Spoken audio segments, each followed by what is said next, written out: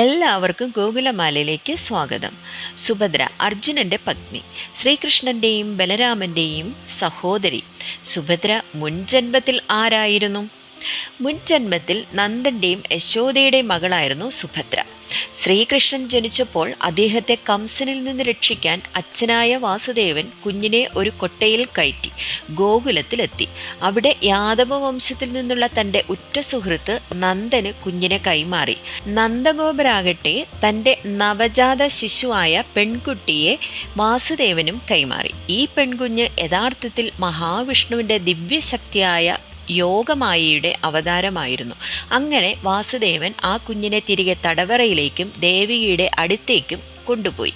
കംസന്റെ തിരിച്ചുവരവും കാത്തിരുന്നു. കംസൻ തിരികെ വന്ന് കുഞ്ഞിനെ കൊല്ലാൻ ശ്രമിച്ചപ്പോൾ ആ കുഞ്ഞ് ഉടൻ തന്നെ യോഗമായയിലേക്ക് രൂപാന്തരപ്പെടുകയും മഹാവിഷ്ണുവിൻ്റെ അവതാരമായ യഥാർത്ഥ കുഞ്ഞ് ഇതിനകം ഗോകുല ഗ്രാമത്തിലുണ്ടെന്ന് യോഗമായ കംസന് മുന്നറിയിപ്പ് നൽകുകയും ചെയ്തു. പിന്നെ അപ്രത്യക്ഷയായി. വർഷങ്ങൾക്ക് ശേഷം കൃഷ്ണൻ കംസനെ വധിച്ചു. ഈ സമയത്ത് യോഗമായ വീണ്ടും ജനിച്ചു.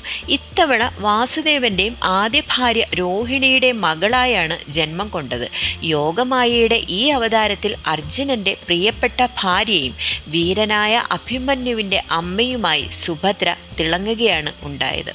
അർജുനൻ സുഭദ്രയെ എങ്ങനെയാണ് കണ്ടെത്തിയത്? വനവാസത്തിനൊടുവിൽ അർജുനൻ ദ്വാരക എന്ന സ്ഥലത്തെത്തി. ശ്രീകൃഷ്ണന്റെ ധാർമ്മികതയോടും മൂല്യങ്ങളോടും കൂടി തൻ്റെ വനവാസം അവസാനിപ്പിക്കാൻ അദ്ദേഹം വളരെ അനുഗ്രഹിക്കപ്പെട്ടു. അവിടെ വെച്ച് ശ്രീകൃഷ്ണന്റെ അർദ്ധ സഹോദരിയായ സുഭദ്രയെ കണ്ടു.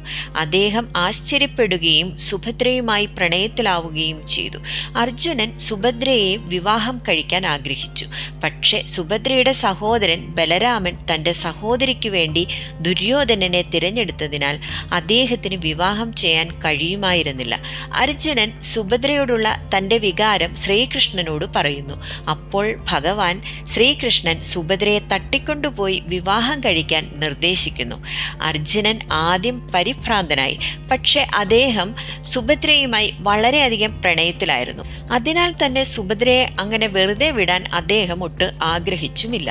അങ്ങനെ അർജുനൻ സുഭദ്രയെ തട്ടിക്കൊണ്ടുപോകുന്നു.